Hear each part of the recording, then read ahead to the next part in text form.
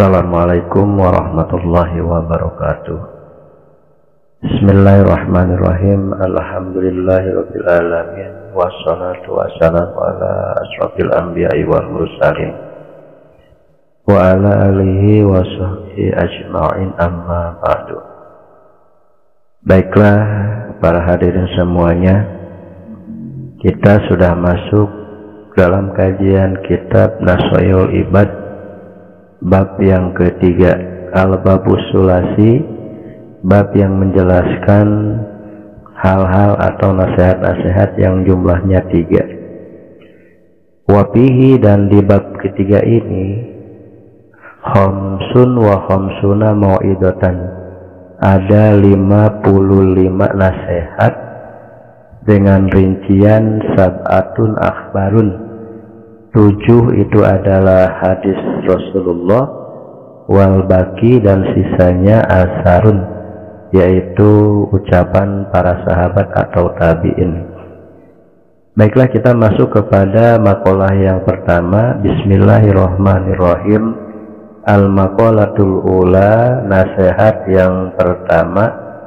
Ruwiya, diriwayatkan, anin Nabi sallallahu alaihi wasallam, dari Nabi sallallahu alaihi wasallam, annahu, sesungguhnya Nabi qala bersabda, man asbaha wa huwa yasku, barang siapa yang ketika sudah masuk di waktu pagi, wa huwa yasku, dan dia mengeluhnya kepada siapa?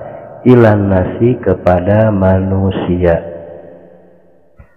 Jadi kalau mengeluh kepada manusia di kol ma'ashi, mengeluh tentang susah atau sulitnya ekonomi untuk kehidupan di dunia, maka dari itu fakaan nama yashkurabbahu, maka seolah-olah dia itu mengeluh atau merasa tidak diberikan oleh Allah, sehingga mengeluh robbau kepada Allah atau kepada Tuhannya.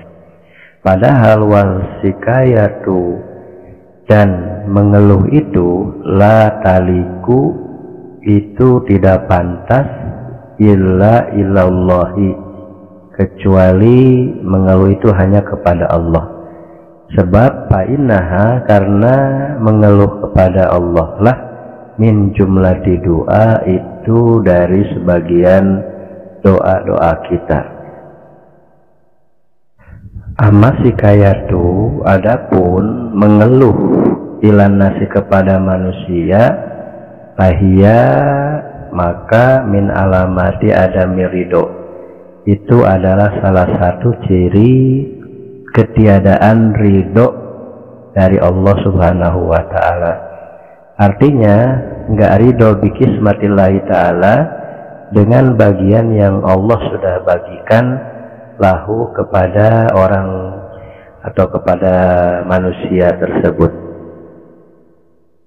Kamar wiya an Abdullah bin Mas'ud, sebagaimana telah diriwayatkan dari Abdullah bin Mas'ud, beliau berkata, qala Rasulullah sallallahu alaihi wasallam, telah bersabda Rasulullah sallallahu alaihi wasallam, alau allimukumul kalimat, kata Rasulullah, apakah kalian itu mau aku beritahukan beberapa kalimat, allati takallama biha, di mana kalimat itu yang sudah diucapkan Musa alaihissalam oleh Nabi Musa alaihissalam, hina jawajal bahri, ketika mau melewati laut, ma'a Bani Israel, beserta umatnya Bani Israel. Fakulna, maka kami menjawab, bala ya Rasulullah, tentu wahai Rasulullah. Qala, maka Rasulullah bersabda, kulu, ucapkanlah oleh kamu semua, Allahumma lakal hamdu wa ilaikal mustaka wa antal musta'anu wa la haula wa la quwwata illa billahil aliyyil azim. Jadi mengeluhnya Nabi Musa ini adalah ketika sudah kepepet di depan laut dan di belakangnya banyak tentara Fir'aun untuk mengejarnya. Ketika sudah bingung, maka Nabi Musa itu mengeluhnya hanya kepada Allah Subhanahu wa Ta'ala dengan membaca atau dengan berdoa dengan kalimat Allahumma lakal hamdu, ya Allah, hanya milikmulah semua puji, wa ilaikal mustaka, dan hanya kepadamulah wahai Allah kami mengeluh, wa antal musta'anu, dan hanya engkaulah yang maha penolong, wala haula wala quwwata illa billahil aliyyil azim, dan tidak ada daya dan kekuatan kecuali daya dan kekuatan Allah yang maha luhur dan maha agung. Jadi kita ketika sedang dihadapi dengan kebingungan, maka jangan sekali-kali kita mengeluh kepada manusia, maka mengeluhlah kepada Allah dengan banyak membaca doa Nabi Musa tersebut. Qala al-A'mas, telah berkata A'mas, ketika kata A'mas, fama taraktuhunna, aku tidak pernah meninggalkan kalimat tersebut, mundu sami'tuhunna, sejak aku mendengarkan kalimat yang dibacakan oleh Nabi Musa tadi. Adapun aku menerimanya itu min syakiki, dari saudara kandungku Al-Asadil Kufi yang bernama Al-Asadil Kufi. Wahwa, dan Asadil Kufi itu adalah nama jelasan Abdullah radhiyallahu anhu, dari Abdullah radhiyallahu anhu. Qala A'mas, kemudian berkata Sayyidina A'mas, atani atin, telah mendatangiku seseorang yang datang kepadaku. Maksudnya ini mungkin adalah malaikat fil manami, di dalam tidurku. Faqala, maka berkata malaikat itu, ya Sulaiman, wahai Sulaiman, jid, maka tambahkanlah fi hadhil kalimati, pada kalimat ini dengan tambahan wa nasta'inuka ala fasyadin bina wa nas'aluka sholaha amrina kulli. Wa nasta'inuka, dan hanya kepadamulah kami meminta pertolongan, ala fasyadin bina, atas kerusakan-kerusakan yang ada di dalam diri kami, wa nas'aluka sholaha amrina, dan hanya kepadamulah kami meminta sholaha amrina, segala kebaikan-kebaikan perkara kami, kulihi, semuanya. Jadi doa Nabi Musa tadi yang sudah diajarkan oleh Rasulullah itu ditambahkan oleh malaikat kepada Asad al-Kufi. Jadi kita kalau mau mengeluh dengan banyak membaca doa Allahumma lakal hamdu wa ilaikal mustaka wa antal musta'anu la haula wa la quwwata illa billahil aliyyil azim, wa nasta'inuka ala fasyadin bina wa nas'aluka sholaha amrina kulli. Jadi itu adalah doa lengkapnya ketika Nabi Musa sedang kepepet dikejar oleh pasukan Raja Fir'aun. Waman asbaha, dan barang siapa yang ketika masuk di pagi hari, dakhala bis sabah, ketika masuk di waktu pagi, li umuri dunya hajinan, merasa cemas akan perkara dunia, faqad asbaha sakhitan, maka ketika dia sudah masuk di waktu pagi dengan merasa susah atau merasa khawatir dengan dunianya, syakhitan Allah, maka dibenci oleh Allah.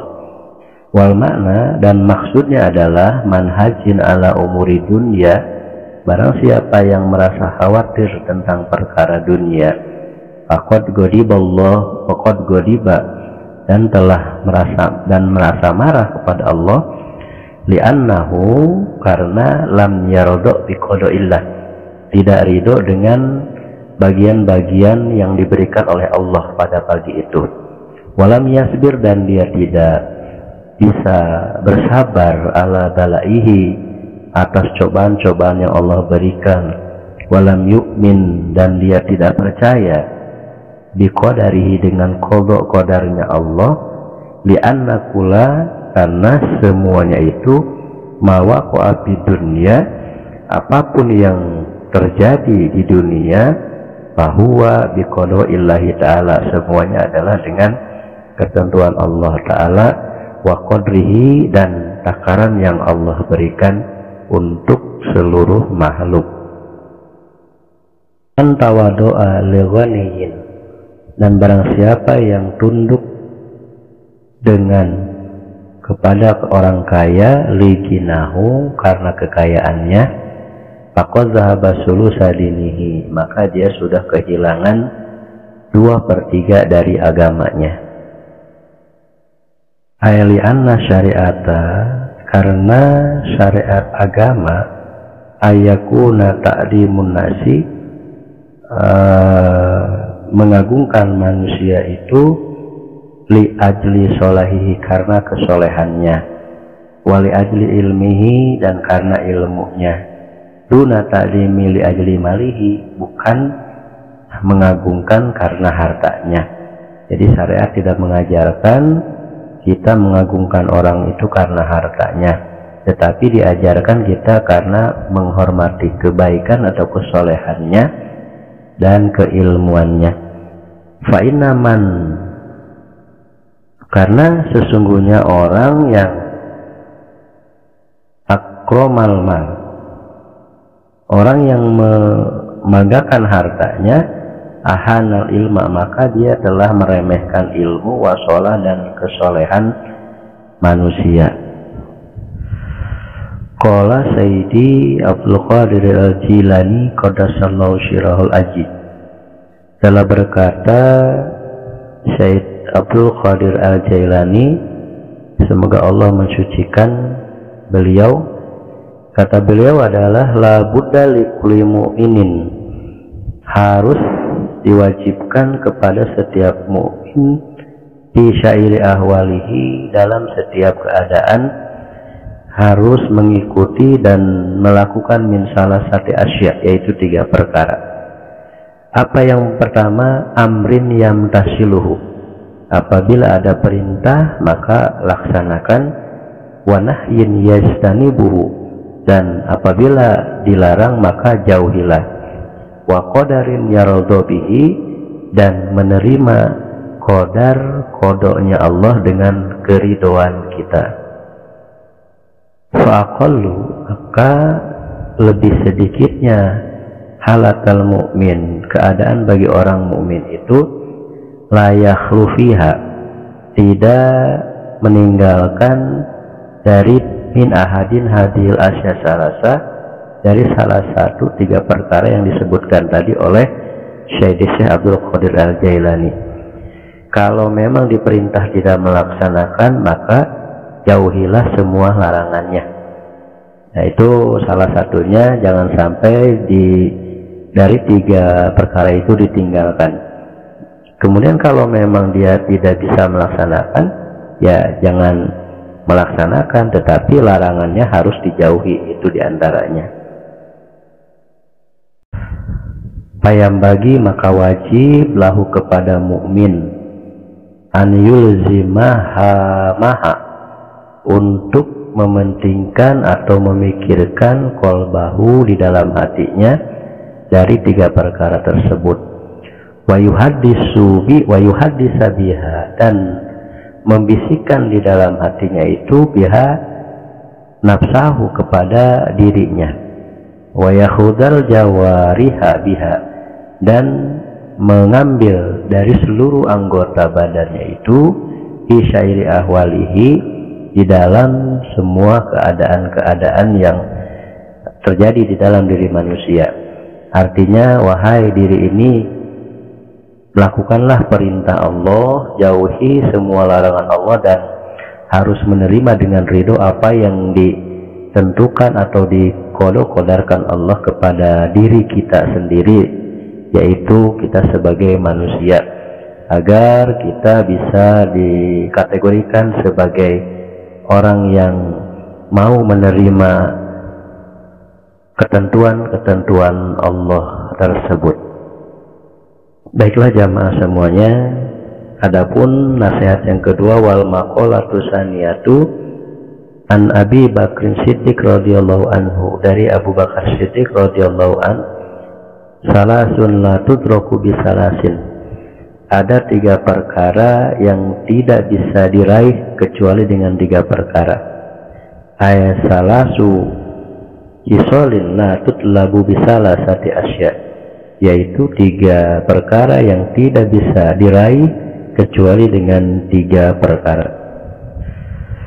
Yang pertama adalah al-ghina bil muna, ingin menjadi kaya tapi dengan melamun. Jadi ingin menjadi kaya tanpa mau berikhtiar, atau ketika seseorang laki-laki ingin mendapatkan wanita yang cantik akan tetapi dia terlalu berhayal dengan berangan-angan. Al-muna bidhamil mimi, didomahkan huruf mimnya, jam'un munyah, yaitu jama dari munyah. Aifala yasulul gina bil amaniyi, yaitu tidak akan berhasil keinginan menjadi kaya bil amaniyi dengan melamun atau berhayal.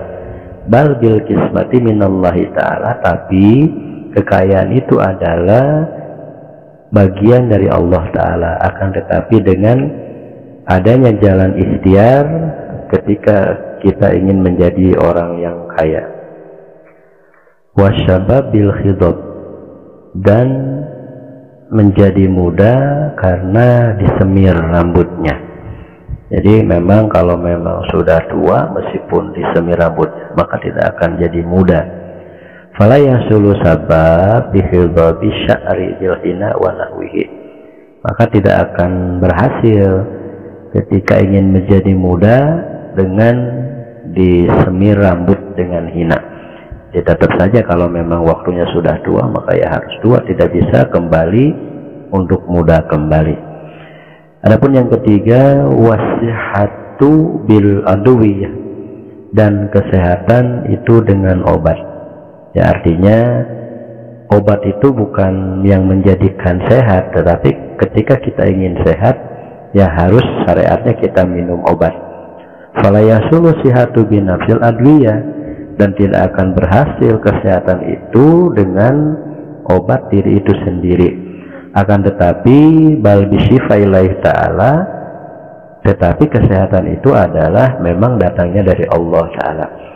Jadi kesimpulannya jamaah semuanya, kita dijadikan kaya, kita dijadikan muda, dan kita dijadikan sehat itu adalah karena dari kodok dan kodarnya Allah bagi kita. Akan tetapi kita selalu dianjurkan untuk berikhtiar agar kita bisa menjadi kaya dan kita bisa melewati masa muda, dan kita juga nanti bisa mendapatkan kesehatan dengan kesehatan yang datangnya dari Allah. Baiklah jamaah semuanya, itulah 2 makalah yang kita kaji bersama-sama. Mudah-mudahan bisa dipahami dan bisa menjadi motivasi bagi kita semua. Amin ya rabbal alamin. Wallahul muwaffiq ila aqwamit thoriq. Assalamualaikum warahmatullahi wabarakatuh.